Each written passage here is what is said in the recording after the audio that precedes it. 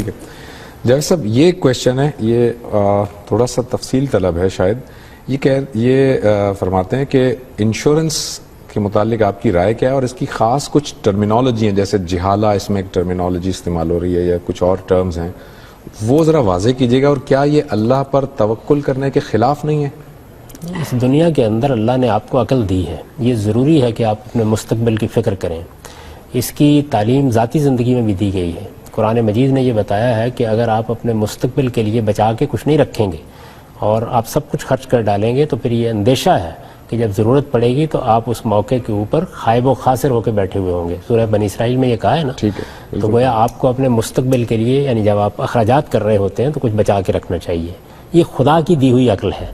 اجتماعی سطح پر اس کی نہایت اعلیٰ تعلیم سورہ یوسف میں دی ہے. یعنی بادشاہ کو خواب دکھایا گیا، قحط آنے والا ہے. بالکل صحیح ہے. سیدنا یوسف علیہ السلام نے اس قحط کے معاملے میں ایک مستقبل کی کئی برسوں کی منصوبہ بندی کی ہے. صحیح ہے. اس میں کم و بیش 7 سال کا عرصہ ایک ہے، 7 سال کا عرصہ ایک ہے.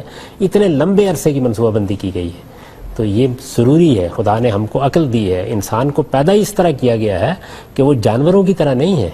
جانوروں کے اندر بھی یہ جبلت رکھی گئی ہے کہ وہ اپنے مستقبل کی منصوبہ بندی کرتے ہیں. کتنے جانور ہیں جن کا مطالعہ کر کے معلوم ہوتا ہے کہ وہ بعض اوقات اپنا 6 ماہ کا ذخیرہ اکٹھا کرتے ہیں، غذا اکٹھی کرتے ہیں. بالکل کرتے ہیں. تو اس وجہ سے یہ بات ٹھیک نہیں ہے. اس کا اس سے کوئی تعلق نہیں. آپ کو بندوبست کرنا چاہیے جائز طریقوں سے.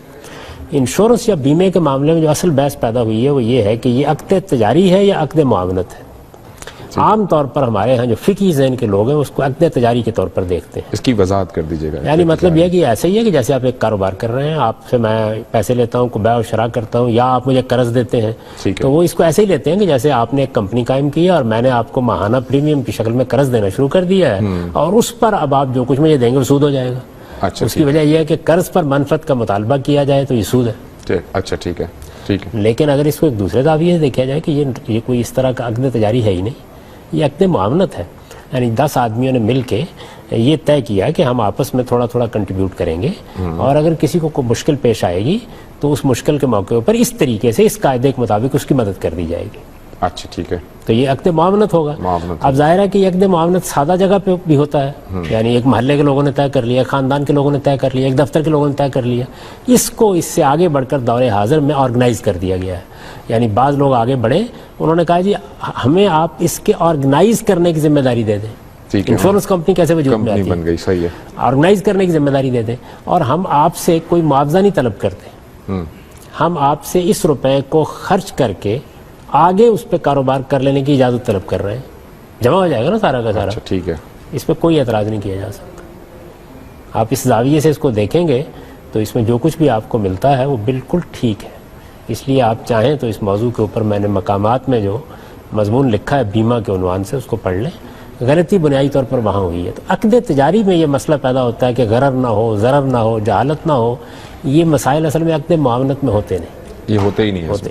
اچھا، آپ جب بیمہ کمپنی کو اس بات کی اجازت دیتے ہیں کہ وہ آپ کے پیسے کو کاروبار میں لگائے اور اس سے منافع حاصل کرے، تو آپ اسے ایبسلوٹ اجازت تو نہیں دے رہے، آپ اسے کاروبار کی اجازت دے رہے ہیں، لیکن اسے مطلق اجازت نہیں دے رہے. اگر وہ کسی حرام کاروبار میں لگائے گا اور پھر اس کا منافع آپ کو لوٹائے گا تو پھر تو اس میں قباحت آئے گی نا. اصلاً منافع نہیں ہوتا. اصلاً یہ ہے کہ یہ تجربے سے معلوم کیا گیا کہ جو کچھ بھی آپ ادا کر رہے ہوتے ہیں اس میں ڈیمانڈ کتنی ہوتی ہے.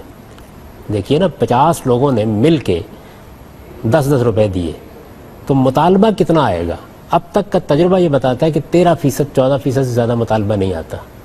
تو اس وجہ سے وہ آپ کی رقم میرے پاس آ جاتی ہے، میری آپ کے پاس چلی جاتی ہے، اصلاً وہی سرکولیٹ کر رہی ہوتی ہے. اچھا.